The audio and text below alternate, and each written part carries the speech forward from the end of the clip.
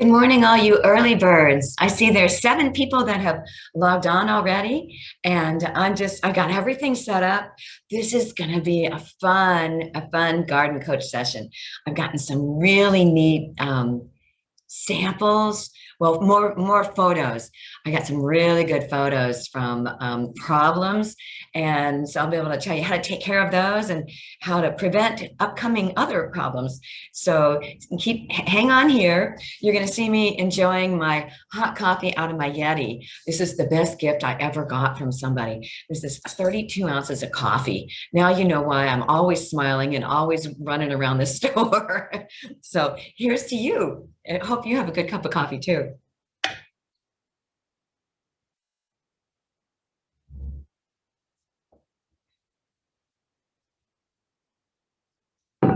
The great thing about this is it's hot now, and if you keep the top, closed in between sips, it's hot at 5 o'clock when I need it. A pick me up to be able to drive home. I love this thing. We have 10 people. Welcome, welcome, everybody. We'll be starting in 2 minutes.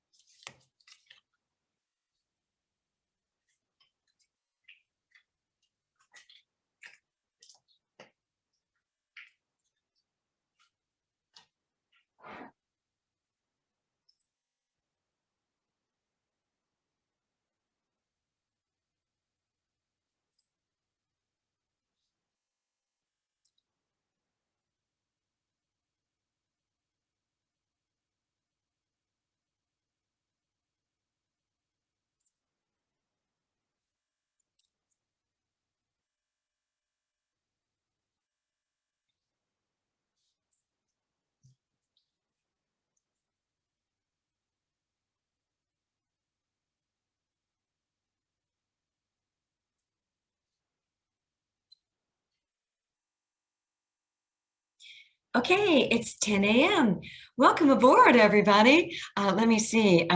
We've got 15 people that have logged on, and welcome to the Garden Coach. This is our first Garden Coach of March, and how fun is everybody just so excited that we actually can walk outside without our earmuffs and without our scarves on. Still have to wear our masks, but when I'm in this room by myself, I can get by without the mask. And I've got the outline today. And the way the garden coach works is that I give a presentation based on what you should be doing, in the next week, and then what I've seen that has come across my diagnostic desk and or in from emails that have been sent to me. People can send me photos, and a lot of times I can diagnose just from the photo. If I need to have a sample brought in, I'll contact you to say bring a sample in so I can put it under the microscope, because the microscope never lies. I love my microscope. But so today we're going to talk, and it looks like everyone has figured out and is learning the system about getting the invitation to the Zoom, and then there's a link for the handout of the topics I'm going to be covering, and then there's another link for just the list of the products that I'll be mentioning. And then you all know that we have the Garden Coach. Gosh, what do we call that? The Garden Coach. It's in a bookshelf behind the desk where my microscope is, and it has all of the products that are on this list. And so when you come in the store, you can say, "Oh yeah, that's what she was talking about," and it's called the Garden Coach Collection. I knew that would come to me, the Garden Coach Collection. And and then, oh, I got a question already. What I'm going to do is I'm going to go through the notes and then get back to all the questions, at the end. And so today is going to be kind of action packed because the first thing I want to talk about is pruning. March is the month for pruning. So let me share the screen of with the PowerPoint that I put together. And here we go. Excellent. And here we go. All right. And so this is another picture of me. Sorry about that. Okay, so now, okay, let's get off of this. Now, there we go. All right. Oh, darn, I'm going to have to put the Q&A thing down. I'll get back to it. All right. So now, March is the month for pruning. And woody plants, when we're talking about trees and shrubs, and those are the deciduous trees and shrubs, are the ones you want to focus on. And the reason that March is such a great month for pruning is that it's easy to see the structure of the deciduous trees and shrubs because the leaves are all gone. So what you want to focus on, and one thing I want to emphasize is that if you have planted a plant in the right location and have anticipated what its mature size is, there's a good possibility you'll never have to prune it. Never. And so the most important things to look at, and that, the mandatory things that you would have to prune, and I have my favorite pair of pruning shears here. Well, it's not my favorite, but this is my company pruning shears. My favorite is a Felco pair, and like the Felco 2. I got my I shouldn't say my first. Well, it is my first, but I got my first Felco 2, number 2, as a gift from my dad when I graduated with my horticulture degree from the University of Illinois. This is a tool that you'll have for life. So this is like the Mercedes-Benz of pruning shears, and it's really worth it. But so what you want to focus on are any damaged branches or any diseased branches. That's what you have to prune. Now, again, you can do some evergreens. I would wait to do the evergreens like boxwood. I would wait till the end of the month to do the boxwood. And it's nice if you want to resize boxwood to do that at the end of this month. And then the new growth will come in at the end of April, the first part of May, and then fill in and cover all the haircut areas that you have. Okay, you want to always make sure that you're using a bypass pruning shear. And a bypass means that the blade, you have a sharp blade that bypasses the other blade, and you get very clean, healthy cuts that heal better. Now, reasons to prune. I couldn't resist putting this silly topiary picture up because this is what you would call advanced pruning. And this is an apple tree that is espaliered, and this would have to be pruned probably once every 2 months. And so whenever you prune, you always want to have a reason to prune. Don't just walk out like Edward Scissorhands and think it's just, pruning for fun. Although there are some people that are like that. But here are the main reasons to prune. You prune when you're transplanting or planting a plant. You're pruning to train a plant, like this espalier in the photo that I have. You're pruning to control size, appearance, and health. And so that means you're looking for damaged branches or diseased branches. You're going to prune those out. And then you also want to prune to control the production of fruits and flowers. Pruning can help enhance or extend the bloom time of plants. You also want to prune to rejuvenate. We do that with flowering shrubs. We rejuvenate those shrubs. And the reason is, and I'm going to sound real agricultural on you, is that you want to manage your crop. And woody plants produce blooms the best on new wood. So when you can rejuvenate and get rid of the old wood and encourage new wood to grow, you're going to have much better flowers and much larger flowers and many more flowers. Roses are classic examples of that. And then you also want to prune to create a barrier. So if you're setting up a hedge, that's a classic example of pruning to create a barrier. It's important to know the parts of the plant when we're talking about pruning. So this is a great example of a tree, and you can see the main trunk. You see the branches, and they're called scaffolding branches. Those are the branches that come off the trunk and go horizontally, or at an angle, away from the trunk. Then you look at the bottom of the tree, and anything that's emerging from the ground next to the trunk, that's called a sucker. And those are shoots that are coming from the roots. Some plants, like crab apples, sucker more than others, and you want to prune those suckers off because they can take energy away from the main plant and the main trunk. Now look up higher, you'll see where it says a water sprout.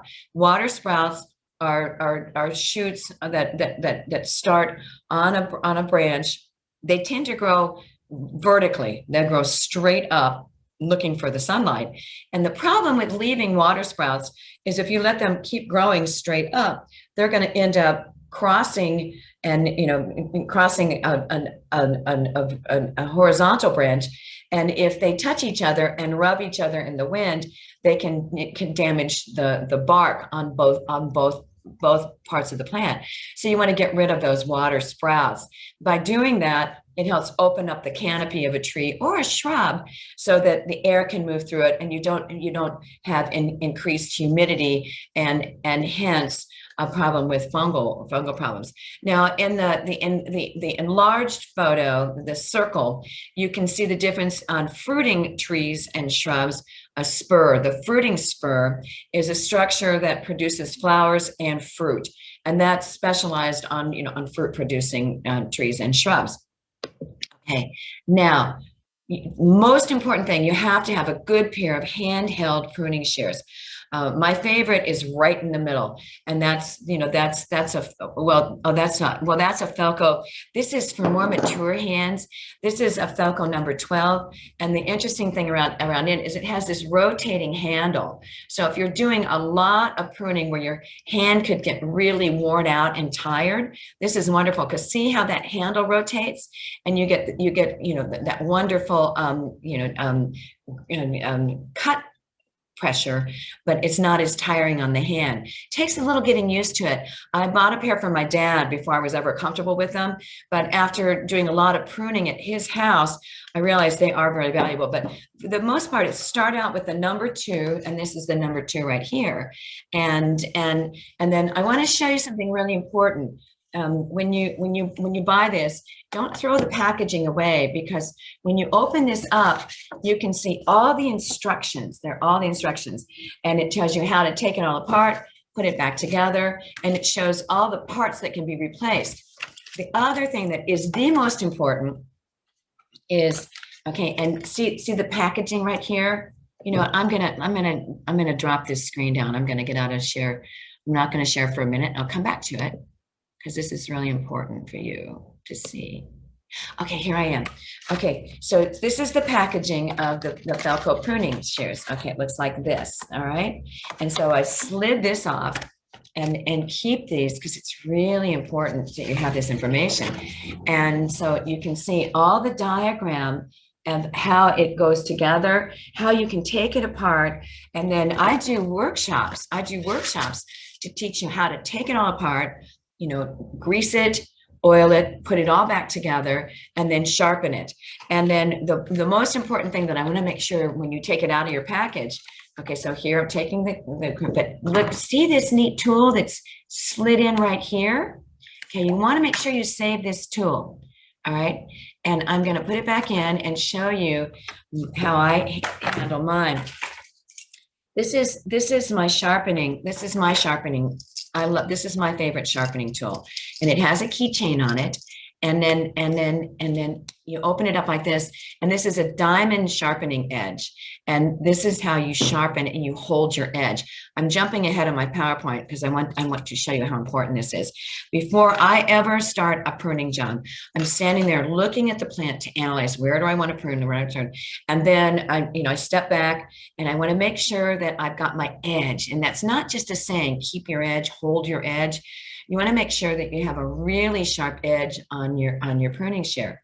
Now, Felco, and then this is a copy of Felco. Felco says that, okay, that's a 90-degree angle, that's 45, and half of 45 is 27.5. The bevel on the blade, you can see it's a beveled blade, it should be 27.5 degrees. And you think, how do I figure that out? All right, the trick, and I learned this from my good friend Sam Darren. He was the tool man, and you might have run into him at the Chicago Botanic Garden, or also he spoke here for years. He's in his late 80s right now, so he's not doing any offsite lectures anymore. But he taught me this neat trick. You take a marker. I usually use a red, but I forgot my red one. And you mark, you just color the angle, the beveled angle. Okay, so I'm going to just show you, right? And I'm just making it all dark. Okay. There we go. See, it's dark right there. And then I take my sharpener. I'm going to angle my arm into my waist. And I hold my pruning shear like this. So you can see the blade is just resting right here. And I'm holding it like this. And then I put the sharpening tool right at that angle. And I'm lucky because just coming over the knuckle of my thumb is exactly 27.5 degrees.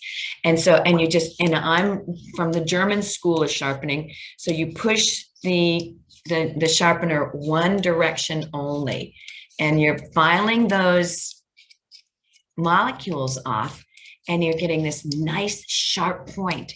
And okay, now see how I got most of the black off, and then I'm going to feel, ooh, yeah, and I can feel it's called a burl that goes on the other side. And you just you turn it over, take your sharpening blade and just put it flat and push. And that gets rid of that burl, and you've got a nice sharp blade ready to go. So always, if you buy a pruning shear, make sure you get the sharpening. This is the mini sharp foldable, and I love this because you can keep this and you fold it back up, keep it in your pocket, and then look, because of the keychain, you can keep your tool, your Felco tool, and see these match all of these different the screws. So this is how you tighten it. So you just do this, and this is how you tighten it, like that. And then all of these fit like that. And then you can also use this as a screwdriver, like this, in the screw, and twist it and turn it. So this is a tool. This is your Felco tool. So don't lose it. Don't throw it away. All right, now let's get back to share the screen again and keep moving. All right, okay, share the screen. Boy, it's so cool to learn this Zoom thing. I'm getting better, you guys, aren't I? Okay, now here we go. All right, so now, okay, now you also, I love the bypass. Now, when you're talking about the standard Felco 2, it will cut up to, and it says on the package, 3/4 of an inch diameter branch. If you have a larger diameter branch, you might have to go up to a lopping shear, and we have just good, and you want a bypass lopper just like the pruning shear, and this is a cool bypass. And what I love about this one, look at these great big handles. Is this neat? And then look, you unscrew this and extend it out and tighten it, and look, you can reach all the way up to the top of the shrub or even the lower branches of a tree. So you don't have to get on a ladder. Anybody that's over 60 should not get on a ladder. Period, the end. Period, the end. If you have to get on a ladder to print something, that means you need to call a professional, okay? And I am gonna stand firm on this. And then talk to me later about my own dad that fell off a ladder and wrecked his shoulder. That's a long, fun story. Okay, here we go. Now, I just showed you about the sharpeners. There's mine, the little red one right there. The new ones have a clear covering, okay? But that's the middle one. Okay, you can also buy a kit, and there's a kit with 3 different grades of sharpening. There's coarse, there's fine, and extra fine. And this is my set right here. See, I have it, and I put it on a key ring, like right here, And guess what's on the keyring? Okay. Can you tell I have several pairs of Felco pruning shears there? Okay, cool. All right, now let's keep going. Now, I want to bring attention to this. This is old school pruning sealer paste or pruning paint and any tar. We learned about this back when I was in college, and that was the practice at that time. Since then, there's been research done that has proven if you put a sealant over a cut, or it's actually technically a wound, if you put a sealant over it, it traps more bacteria and more fungus underneath it, and you get more rot. Most plants have this wonderful healing ability. After it gets wounded, it puts up these cells on the underneath side of the cut or the wound, and it walls off and protects the inside of the wound. So don't ever worry about having any sealant. Now, when we're talking about, there's questions you should ask about pruning, and it's usually why, when, where, and then how. And then where, when you're looking at pruning, look at a bud. You always want to prune to just above a bud. Okay, and if you've cut too high, look at the photo on the upper left. You've cut too high, you're leaving too much wood above the bud, and that new bud is going to turn into a new branch. And if you leave too much, it's open for an entry for fungal wood rot. Okay, too low, the middle one, you can see how the angle is going to compromise, and it would compromise the vascular system to feed that branch. And then the correct cut is 1/4 of an inch above the bud, and you can see that. Okay, there's just a picture diagram next to it. You always want the cut to be at an angle so that when it rains, no water sits right on top of, if you have a horizontal cut, the water will sit on top of it, and then it's an entry point for disease. And then there's just another diagram showing you good and bad cuts. And I should do a test. The one that, but I won't do that, but the one that's correct is the one, it's 1, 2, 3 from the left. It's at an angle, and it's actually 1/4 of an inch. The bottom part of the cut is 1/4 of an inch above the bud. Okay, now for large branch removal, I'm putting this in here, but I didn't bring any pruning saws. And a job like this is probably better for a professional arborist. But if you are going to try to remove a large branch, you want to do a 3 cut. And because you can see how in the photo, the bottom cut was not done correctly. The person who was doing that started to saw from the top, and then when they were sawing, the bottom part of the cut broke loose, and the bark just peeled off. So to prevent that, you do a 3-way cut.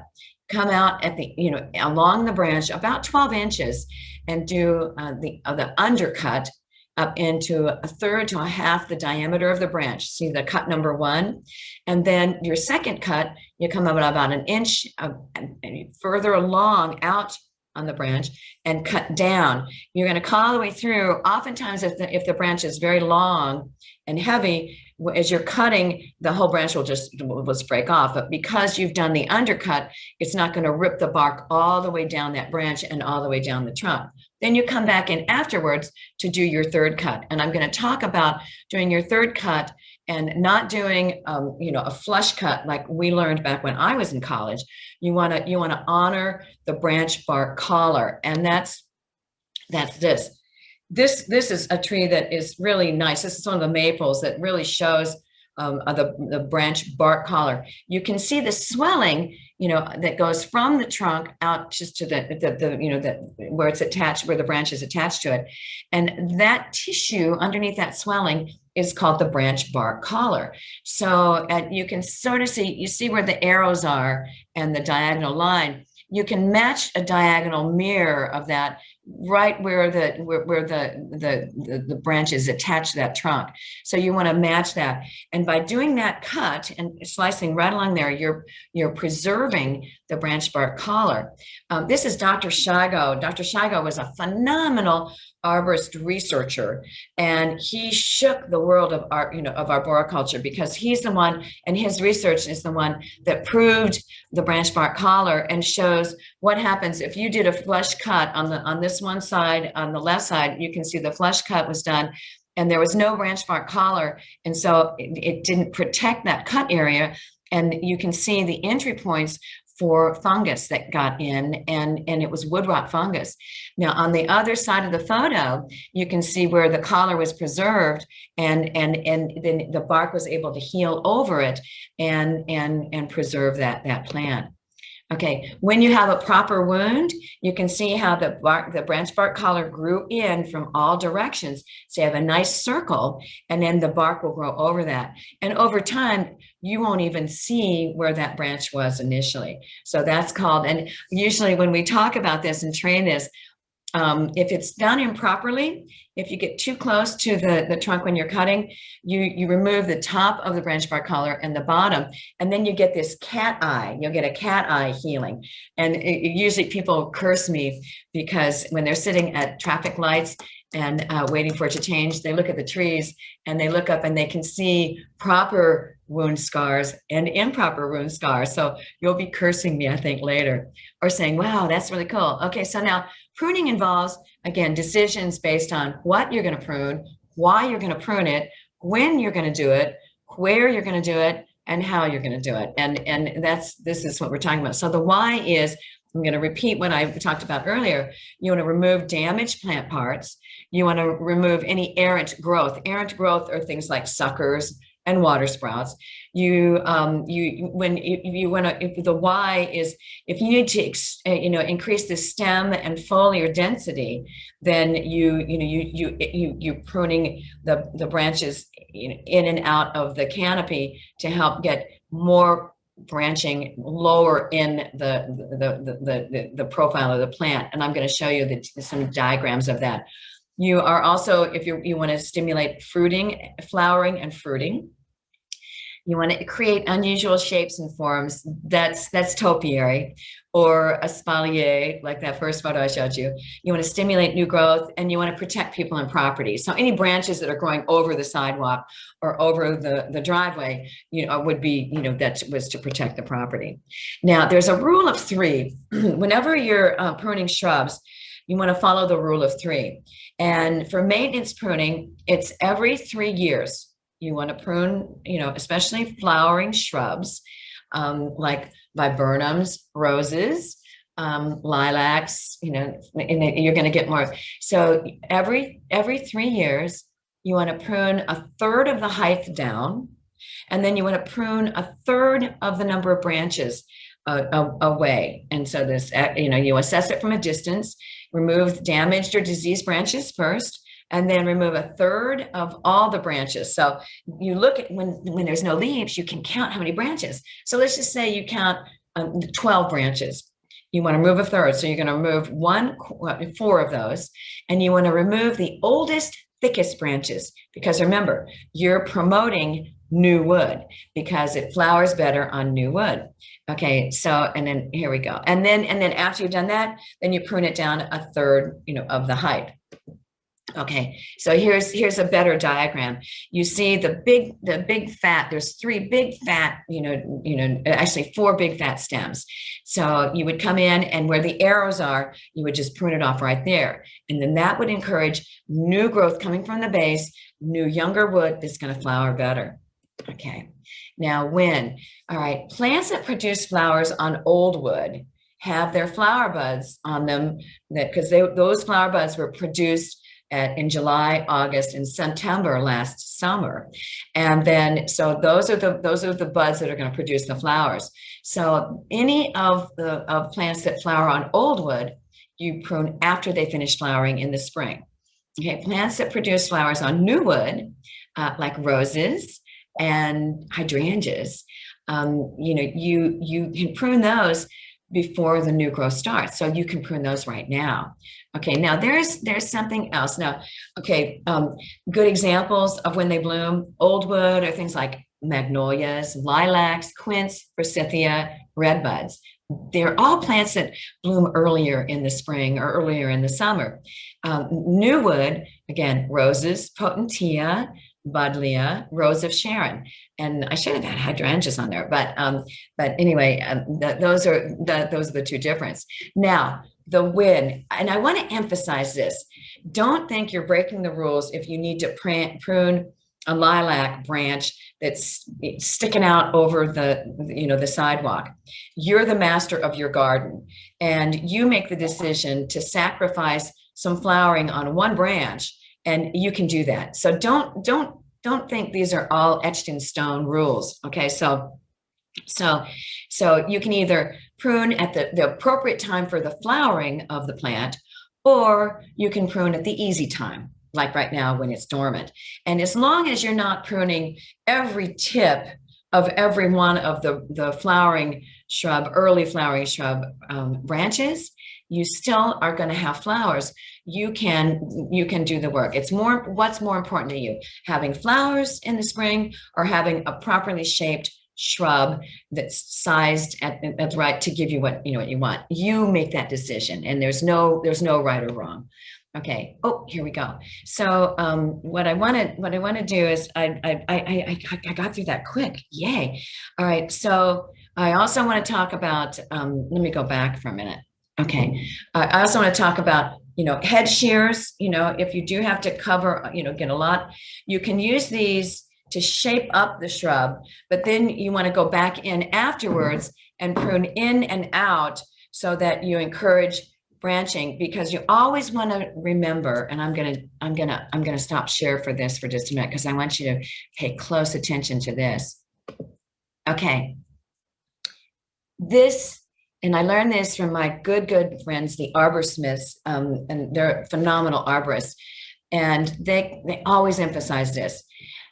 This pruning shear stimulates growth, because when you're pruning off a branch, you're removing the terminal bud, and the terminal bud has a hormone, and it's called the apex, and it's apical dominance.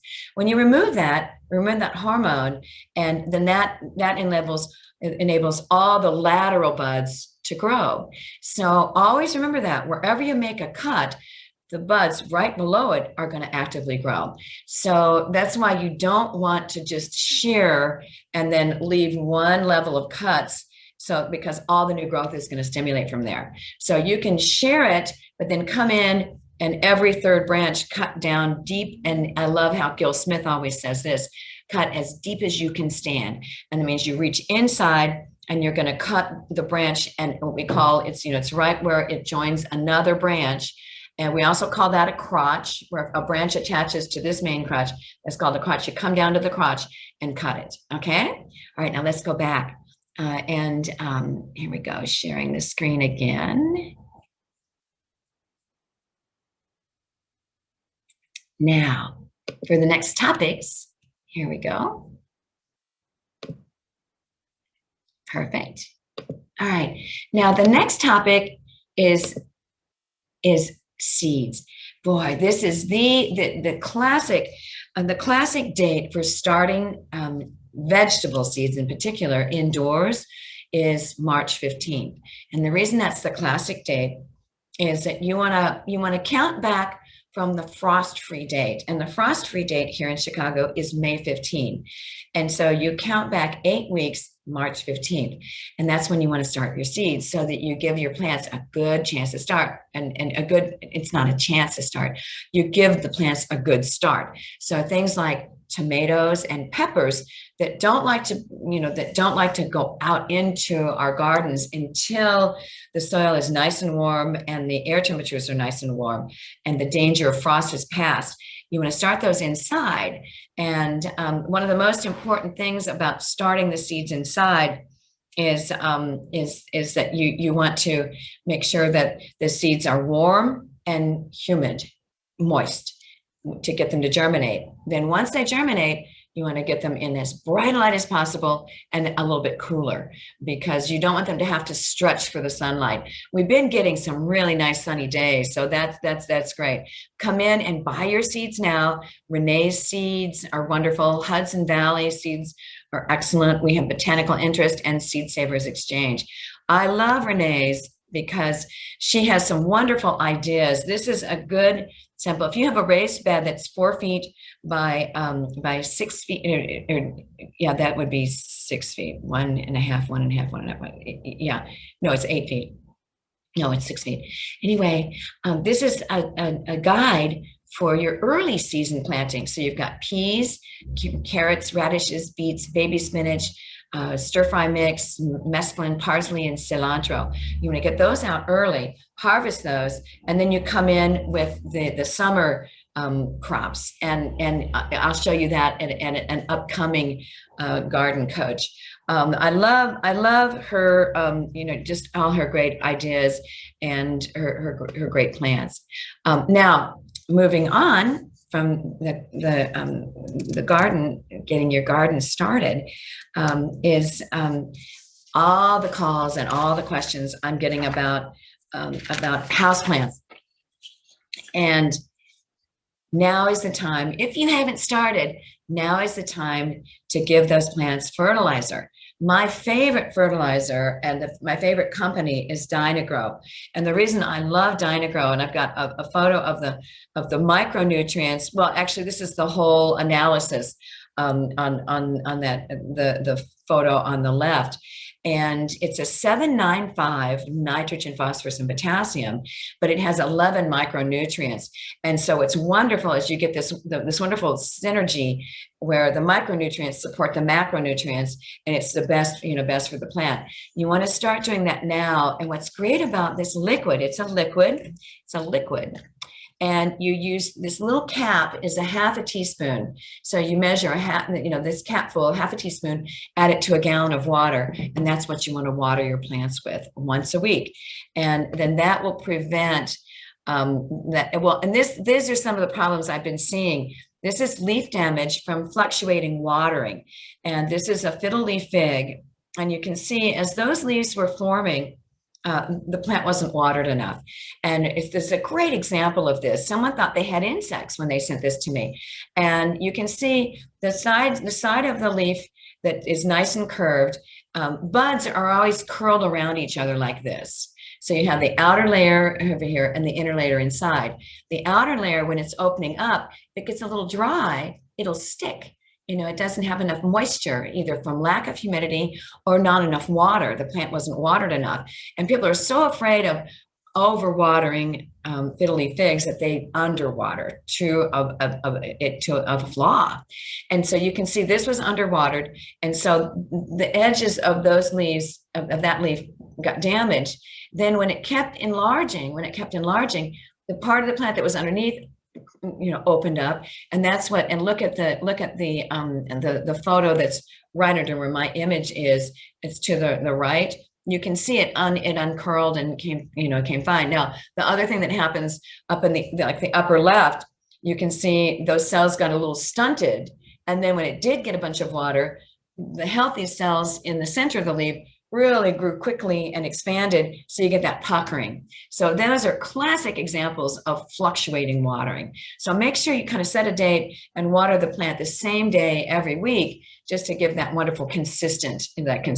And also realize that as our furnaces are not going to be running as much as they did when we were our temperatures were in the teens or the single digits, you realize you might have to adjust your watering based on, how the humidity is going to increase in your home and how much the plant is using. Okay, again, this plant, I showed this last week, and there's photos that came in to me, and this is a rubber tree and then also a money plant. And you can see how, again, they were underwatered, and then because there was a lack of the element of water, the plant said, oh gosh, we don't have enough to go around. And there's a lot of new growth happening right now because our plants are noticing how long the days are. We're finally seeing it, but our days have been getting longer and longer and longer ever since the shortest day of on the 21st of December. So our plants notice it before we do.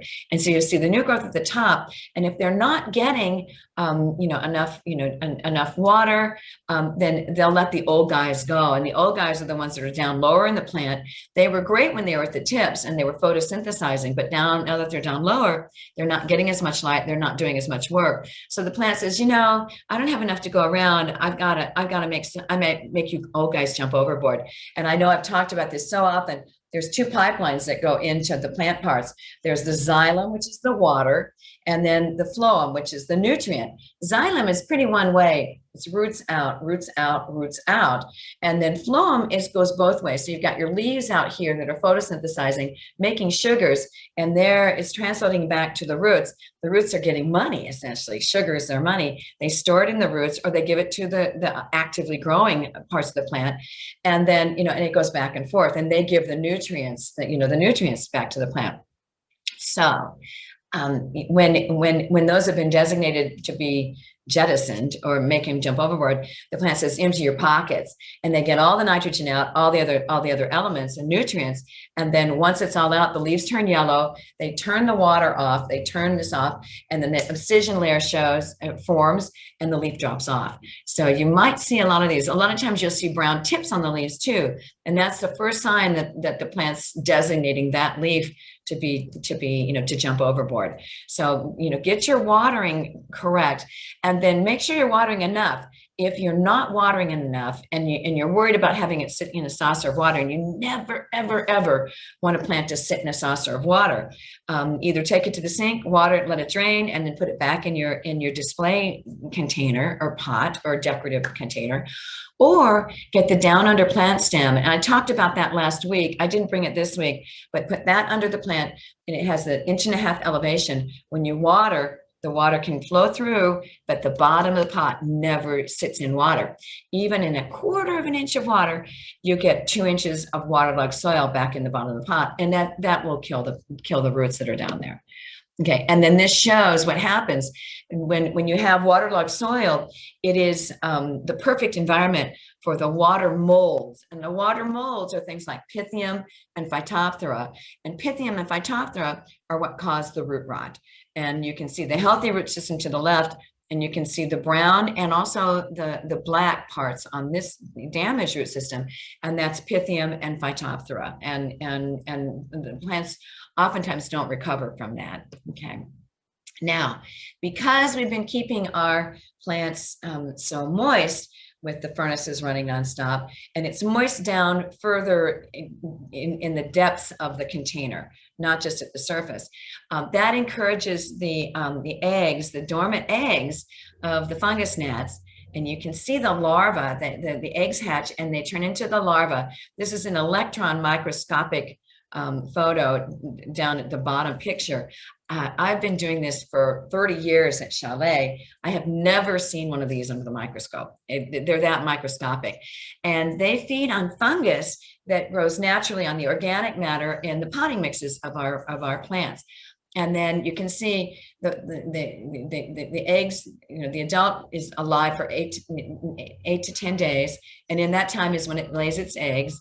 And then in 4 to 6 days, when the conditions are ripe, those eggs hatch, and they can stay dormant for 5 years, you guys. I hate to tell you that, but it's really sad. But that's life. And so then the larva takes up to 14 days to feed on all the fungus, and then they turn to a pupa, and then 4 to 6 days after that, they emerge as an adult, crawl out of the soil, fly around, drive us nuts. And if you have a lot of them, then you want to use the houseplant sticky tapes. And I've talked about those in the years past. But to get rid of them, you want to use the systemic insecticide, and it's a granular that you sprinkle over the soil, and then water it in. Pour the water slowly through it so that the insecticide is dissolved and goes down in, and it will kill the larva. And in that, it's also absorbed by the plant and take care of any of the other insects, like the sucking insects, like the aphids and the mealy bugs and the scale. It does not take care of spider mites. I'll talk about that in a minute. Oh, speaking of spider mites. Okay, so if you see this little minute webbing in like the bottom photo, or you look at the underneath side of the leaf and it looks like kind of a white dandruff, on the underneath side, or if you see the yellow stippling and which is, it looks like yellow pinpoints on the leaf, then you might have spider mites. The other giveaway is that they suck the juices of the plant, getting the sugars. So their excrement is highly sugary. And we politely call that honeydew. And that's the sticky surface on the leaves or on the tabletop underneath the plants. So, and then if you come and bring it to the microscope, I'll put it in a microscope and you see the 2 spotted spider mites. They have 8 legs. So this insecticide does not kill anything in the arachnid family. So you would have to use a product that either has a systemic miticide in it, and we're out of stock on that, and the company's having trouble getting the spray bottles. So you use like 8 or the tomato and veg. Use anything that has sulfur in it, and sulfur will kill the spider mites. Okay, let's keep moving. Mealy bugs. I showed this last week. I've had 4 more samples of plants with mealy bugs this week. So use the systemic insecticide, and that will take care of it. It really gets rid of it. All right, now scale also. This is a disgusting sample, but but scale, again, the systemic insecticide will get rid of the scale. Now it kills the scale first, and you'll notice there's no more honeydew, no stickiness. And a lot of people will want to scrape this off. You have better things to do in life. These will eventually just drop off as you're watering the plant. And unfortunately, the eggs are still under there. So that's why you want to use the systemic for 2 applications in a row. So that means do it once, mark your calendar to do it again in 2 months afterwards. And then it'll get rid of this really nicely. Okay, now plant skid. It's finally warm enough that you can spray the liquid plant skid. And then we have a great brochure that in our store that shows you and talks all the details about it. This is a blood-based product that is the best for repelling animals. It's made from porcine and bovine blood, sterilized. It can darken the foliage when you first spray it, but it dries to a clear, coverage. It smells horrible, so do this as your last job when you're going out into the garden. But get out, and this is the sad thing right here. I got this photo from a gentleman just this week, and the snow was up. I was up 4 feet deep, and you can see the rabbits just rode the snow up. And looking at the photo on the left, see how it chewed all the branches off at that 4 foot height. This is a hydrangea. This is a tree hydrangea. And then as the snow melted back down, and it may have chewed this bark as the snow was elevating, as the level of the snow was getting higher and higher and higher. It was so cold. Rabbits don't like to go out when it's bad, just like we don't like to go out when it's bad. But look how it chewed all the bark off all the way around that plant. This poor plant's going to have to be replaced because it's chewed consistently all around the whole trunk. And so the vascular system is gone on this plant. What's amazing is you can see the evidence. Those are rabbit droppings, rabbit pellets on top of the snow. As the snow is melting, go out and look at your woody plants. You might find some really scary, awful things like this. And then here's other examples. At the bottom right picture are roses from my house, not this year, but it was a couple years ago.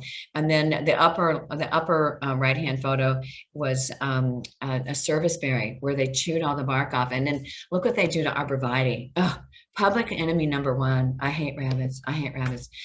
This is winter damage, and I showed this last week. It's winter damage on an Arborvitae that got damaged the winter before this photo was taken.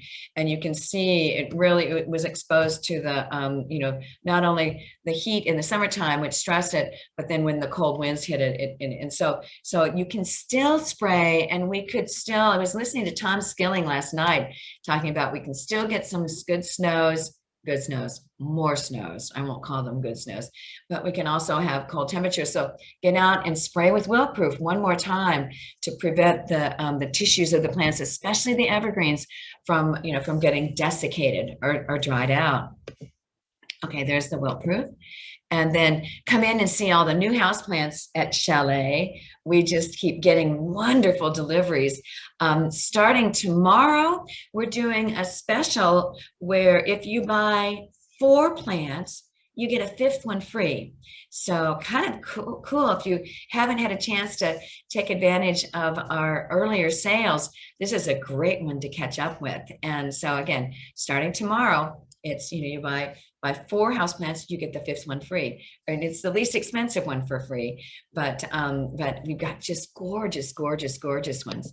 Okay. Oh, here's me being the diagnostician, and then and then always come in and see the microscope. This was powdery mildew, and you can see the large size of the sample, and then what it looks like on the screen after doing that. And then I'm going to go backspace again, and then I'm going to stop the share and answer any questions that you all have. And let's do this. And I'm making sure I'm checking I got my plans. Hey, here I'm back. Here we go. Here's the Q&A. I'm going to pop this up. Perfect. Okay. So here, I'll do this. All right. Susan, can I put crabgrass preventer on the lawn now? It's a little bit early, Susan. You're about a month early. I would wait until the 15th of April, but watch the weather. The earliest I would do it would be the 7th of April, but watch our temperatures, because you know how it can fluctuate in Chicago. But and there's a we brought a neat new product in from the Scott's company, and it has it's a triple version. It's a fertilizer, a pre-emergent, and it has a post-emergent in it. It's really good. So the active ingredient you will look for that's wonderful for crabgrass preventer is called mesotrione. And what's nice about that is it will also kill things like creeping bentgrass in the lawn. So it's, look for that, mesotrione. All right. Then Catherine, okay, let me see, Catherine, should clematis be pruned, or clematis? I say it both ways. That's a great question. I would wait on the clematis or the clematis until the very end of March or the first week of April, because by that time you'll see some of the buds starting to swell. And what you want to do is you want to look at all the vines that are there, and you want to prune 1/3 of them to 3 feet. And right above buds that are starting to emerge, you want to prune 1/3 of them to 2 feet, and again above buds that are starting to open, and then the last third at 1 foot. What will happen is the ones at the 3 foot will start sooner and start growing. You'll get blooms on those first. Then a week and a half later, 2 weeks later, the buds will develop on the ones that are 2 feet from the ground, and they'll bloom afterwards. And then the ones that are 1 foot, they're going to be a little slower to start because the buds have to form on that dormant wood, and then they'll bloom longer. So you're going to really extend the bloom time on those earlier blooming, clematis. It's a neat trick that we learned. So I like sharing that with you. Very, very, very good question. Okay. And then Cindy, okay. Like vegetable seeds, is March 15th the date to start flower seeds indoors? Yes, it is. Yes, it is. Because, they like it depends on the plant. Depends on the plants. Anything in the pea family, like sweet peas, they can go out early, just like spinach can go out early. So, you can set those out as early as the 15th of April once you've got them started. But then you have the warm season, plants, things and you're not going to start geraniums from seeds, but that's my classic, for warm season. You don't want to put those out before the danger of frost is past. Great question. Yes.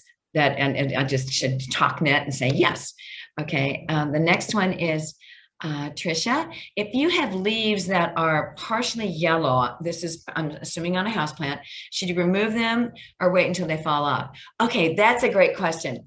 If you're going to be scientific and say, okay, if you want to get all that nutrient out, wait until they fall off. But if it's driving you nuts that every time you look at the plant, all you see is that yellow leaf, prune it off and make yourself feel better. Okay. And then give it, give the plant fertilizer, do your Dynagrow, and then everyone will be happy. The plant will be happy. You'll be happy. And a great question. Great question. I usually encourage people, because they're so upset about yellow leaves, just to prune them off, get rid of them. Okay. Great question. Okay. And here's Mimi Morris. Okay. When we had such a high level of snow several weeks ago, voles or rabbits have chewed off some of the flower buds of a young elm tree. Oh my God, a young elm tree? Wow. Okay. And okay, they haven't girdled the trunk all around, but just in patches. Okay, I know it will be okay, but is there anything to do to rejuvenate bark? No, there's not. That's a great question. Just just let it heal. It will heal on its own. Okay, let me finish reading this. Is there anything you could do now, or should I just remember to put up some hardware cloth around the lower trunk late next fall? Yeah, I would do that. I would, do hardware cloth, and then also spray the plant with plant seed. When you spray it early enough in the season, it stays on the parts that have been sprayed for 90 days when precipitation is freezing, is frozen like snow and ice. It will stay on for 60 days. You spray it on like a day like today, and it dries. And you want it to dry for 24 to 48 hours, and then it'll stay on for 60 days. So you can use a combination. But man, that really scares me that it was an elm. Oh man, terrible. Okay, all right, done. Next one, this is Dean. When to apply organic corn gluten, and organic preen. Okay. Oh, this is Jeff. Oh no, Joan. Joan, I'm sorry. No question. I just want to thank you for another great presentation. Well, thank you, Joan. Okay, and Jeff. Okay, I would wait until again the first week of April to apply corn gluten meal or the organic preen. And good question. Really good question. And it will last. Now the organic forms. I was surprised I was just looking at the label on the package of preen just 2 days ago, and the organic form, which is corn gluten meal, says that it needs to be reapplied every 4 weeks. So that's once a month. That's why you're looking at a chemistry person here.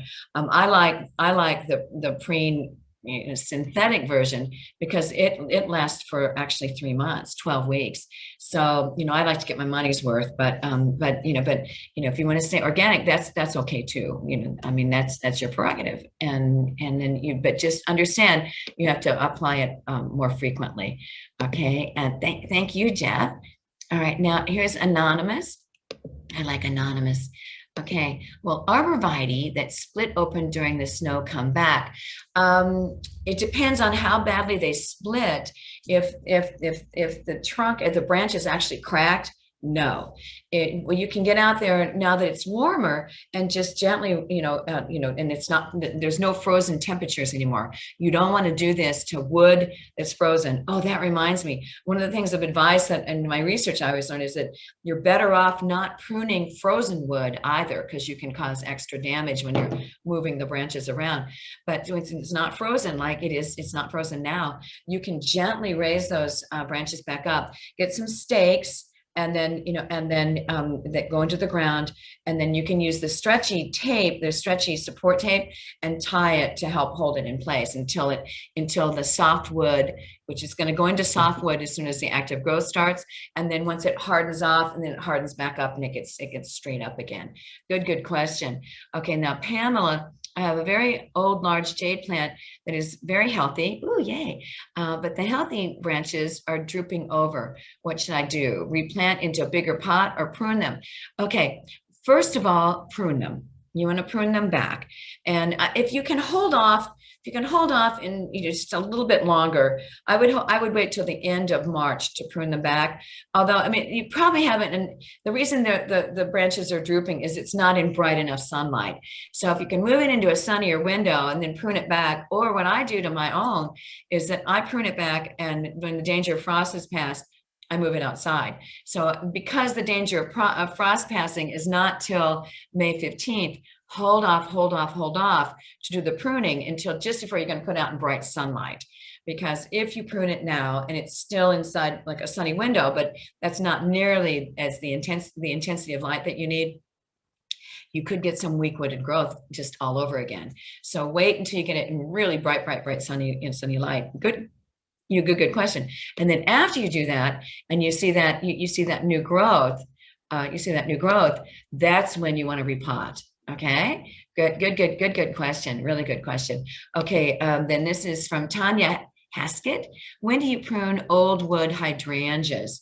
Okay, the old wood hydrangeas, you want to wait, and those are the macrophyllus. Those are the macrophyllus. So things like Endless Summer and that whole series. You wait till until after they've bloomed, and then prune them back. Then prune them back. Good question.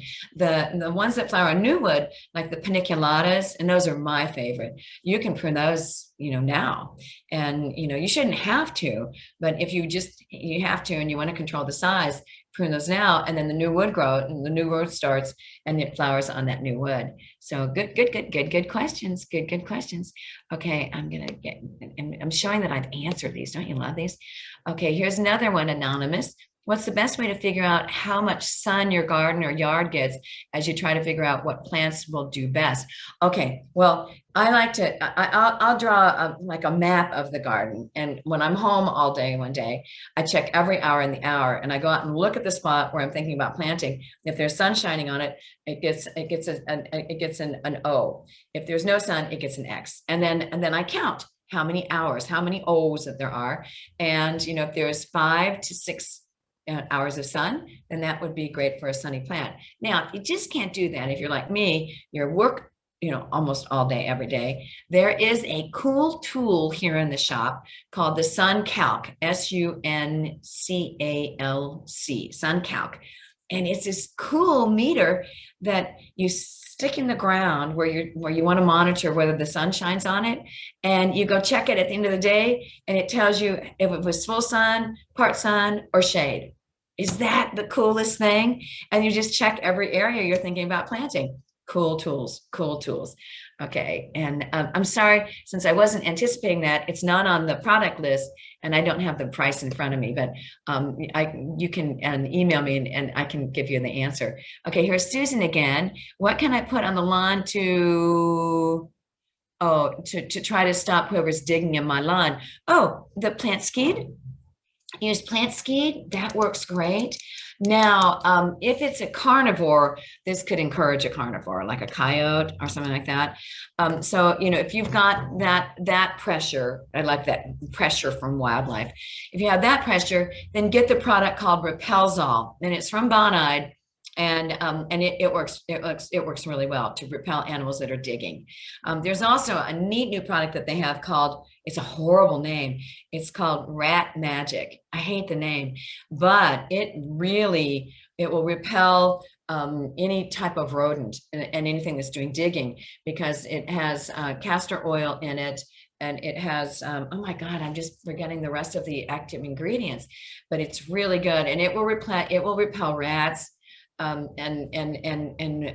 mice, and rats, of course, mice, squirrels, and chipmunks, and it will repel anything that digs because of the castor oil that's in it.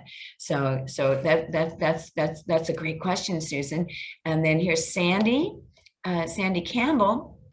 And I'm looking at the time. Oh, it's 11 o'clock. I've got so many great questions, you guys. Okay, could you please explain how to prune to make a branch on a flowering shrub grow in a certain direction? Oh, that's a perfect question. Yes, what you do is you look at the branch, and you're going to prune above a bud that's facing in the direction you want the branch to grow. So you just come down, and if you want the branch to grow this way, you prune above the bud that's on that side of the branch. If you want the branch to go this way, come down to the next bud that's on that side. And you're the master of your garden. Isn't that cool? Great questions. You guys are wonderful. Okay, now Catherine, what about leftover seeds from last year? Can those be planted? Yes, they can. If they were stored at room temperature, perfect. And the germination rate, the percentage, will be a little bit lower. Excuse me. So instead of 95%, I need to drink a coffee, you'll get 85%. So you can do a test if you want. Excuse me. That means put 10 seeds on a paper towel, wet it, and put it in a baggie. Put it in a warm location, and then check it at the number of days that the seed packet says that they'll germinate.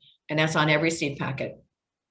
And then check it, and then count the number of seeds that are germinated. So if you get 6 out of 10, you know you have a 60% germination rate. So plant accordingly. Okay, great question. And then they're usually pretty good for up to 3 to 5 years after you bought the seeds, if you have leftovers. Okay, a great question. Okay, here's another one. This is from Christy. How far down do I prune limelight hydrangeas? Oh, that's a good question. But you know, since they tend to grow tall, limelights will go 6 to 8 feet tall. And, you know, if you don't want them that tall, then you prune them down to where you want the new growth to start. And know that you could get 6 feet from where you pruned, and the bud that's just below that could grow out 6 feet. So that, you know, that's kind of how you calculate. Okay. Great. These are great questions. Okay, let me get this one done. And then Susan again, oops, did not finish.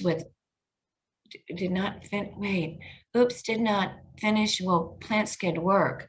I do not like to use pesticides as I do not want to kill the worms, etc. But the digging really bothers me. I love that.